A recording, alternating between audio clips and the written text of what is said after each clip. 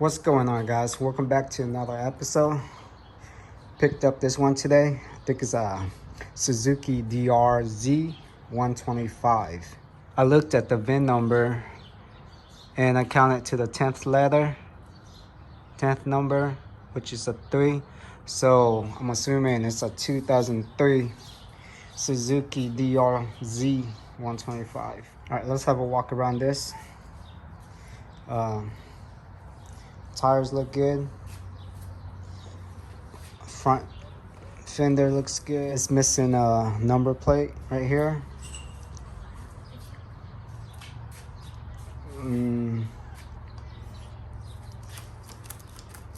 Throttle looks good. Back brakes works. This piece right here is loose. It's cracked right here. The chain fell off. Rusty chain.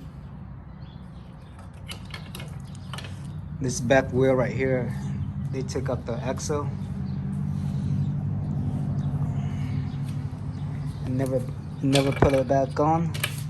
So I'm gonna have to straighten that out, put it back on. Probably order up a new chain or just soak this one in WD-40 or something. It's missing a chain guard. We're gonna actually check for sparks right here. So let's go ahead and do that right now. All right, I'm gonna close the garage and make it a little dark in here so we can see the spark. Okay, so it takes a 19mm.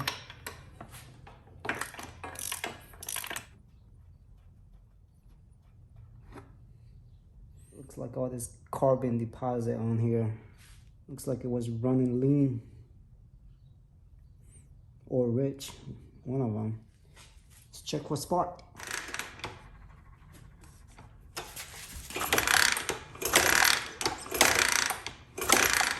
Yep, so there's spark. I saw it, which is good. We don't have to worry about the wiring, which I'm terrible at. So that's a plus. I'm happy. Okay, let's start by taking off all the plastic, the seat, and the gas tank. And we're going from there.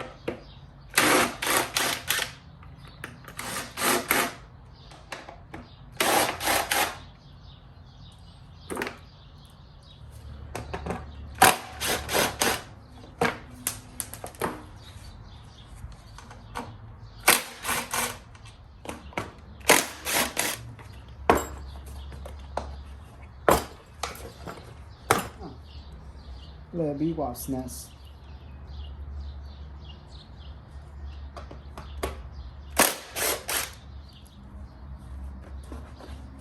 Okay, let's get the seat off. Seat's still in really good condition. Big wops. I just took their home away. I think they're gonna be homeless now. Sorry, wops. You gotta find a new home, okay? Alright, I'm sorry, man. That's it. You gotta get out of here. These things are huge. They're like the Megatron of the B word. All right, we shall continue.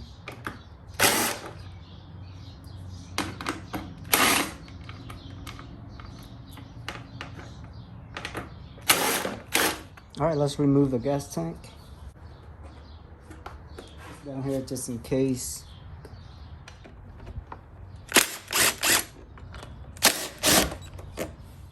Okay, now we can remove it. There we go, just like so. All right, let's check out the airbox. Let's see if there's any mouse living in there. Hope not. I hope there's a filter in there. Go away, wops. Go away, wops. I think they're gonna attack me. They're planning an attack on me. They're like, no, this is my house. It's mine now.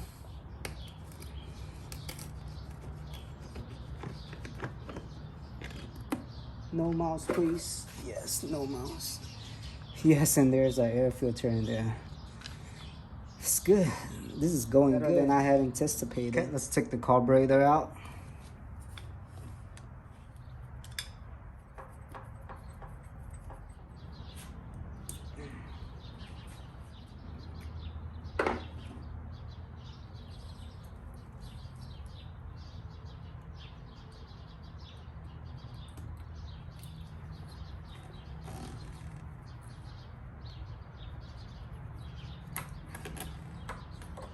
Okay, carburetor is off. It looks like it's in good condition, but that's only the outside. Let's tap into this. We'll see how everything is in there.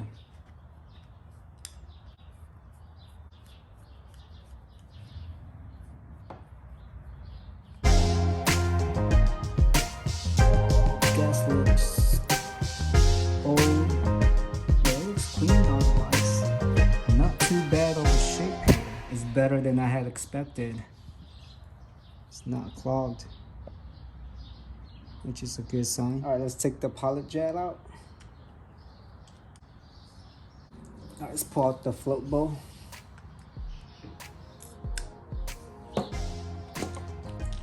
This thing looks new.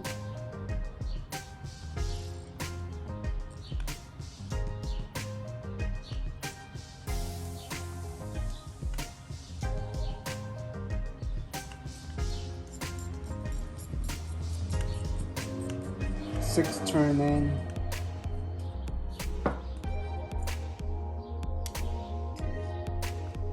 One. That's one. Two. Three. 3.5. 4. 4.5. 4. And 1.5. 475 of turn.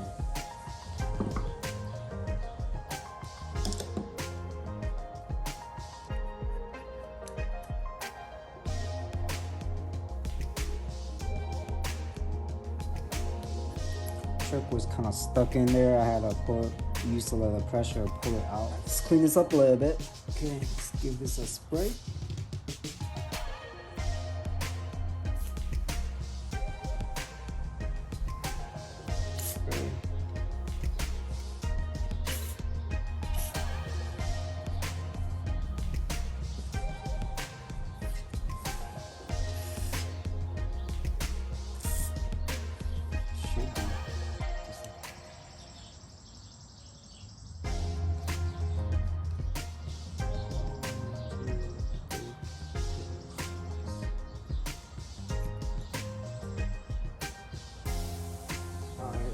Put the pilot jet back in, main jet.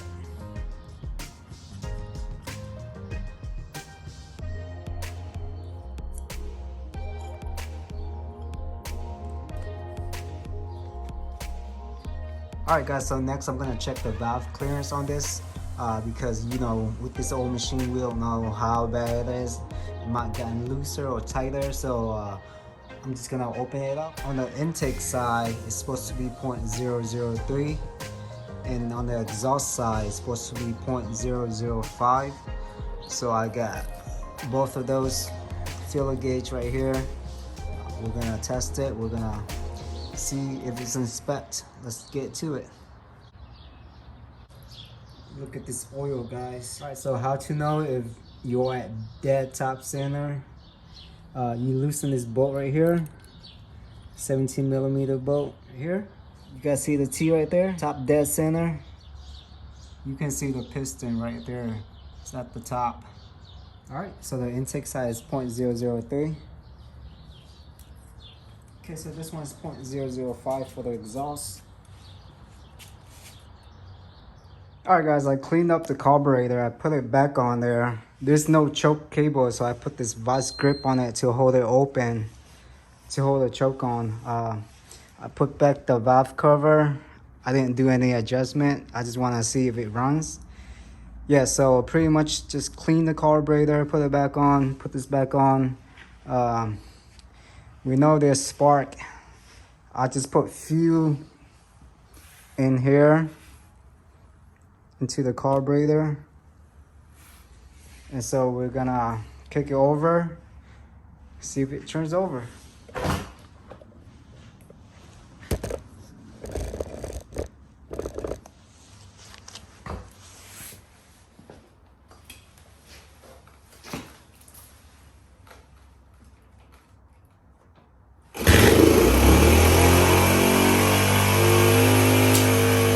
Looks like one kick. It was idling too high.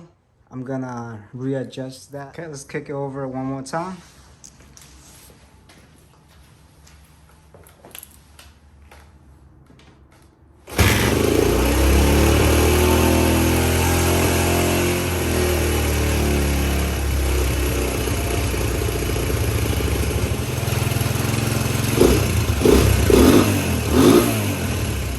Idling pretty good.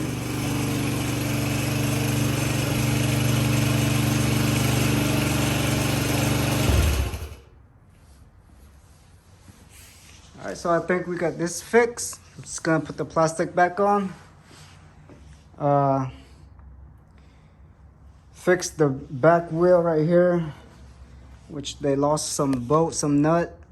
I'm just gonna try to put it back on again. Lube up the chain a little bit. It's kind of old and rusty. And pretty much we got ourselves a good bike for 500 bucks.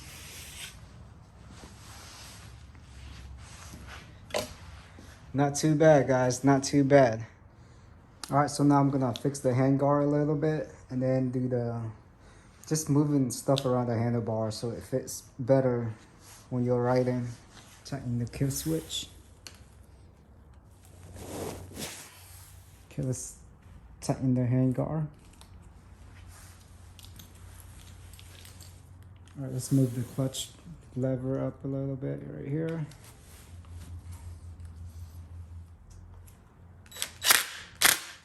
Just a little bit more.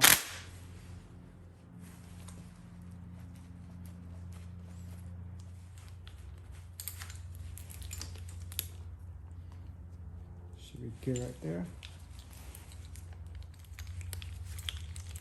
All right, let's take this ugly thing out of the way. That's funny. PVC pipe. That's the first time I've seen this.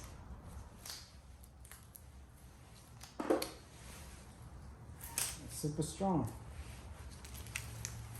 All right, so we're gonna put this extra bolt on so this thing lines up.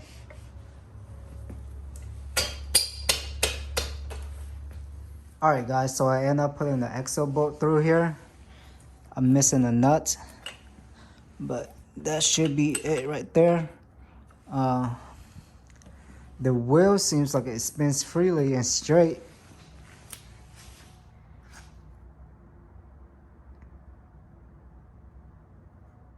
Yeah, it looks good. We should have ourselves a good bike. All right, guys, I got all the plastic put back on, put everything back together, chains all lubed up, put back on. So yeah, the bike is looking really sharp. The previous owner thought the back axle was broken, so he didn't want to mess with that, which is pretty easy. All you gotta do is put this bolt back on, place a nut in there, which I don't have yet, and cleaned up the carburetor. Just one thing, there was no choke cable for this, so I'm assuming that, you know, they couldn't start it because there's no choke. He didn't put choke on, so it didn't start. I hope you guys continue to follow to the next video. That's where I'm gonna have my next project, but as of for now, I'm out. Peace.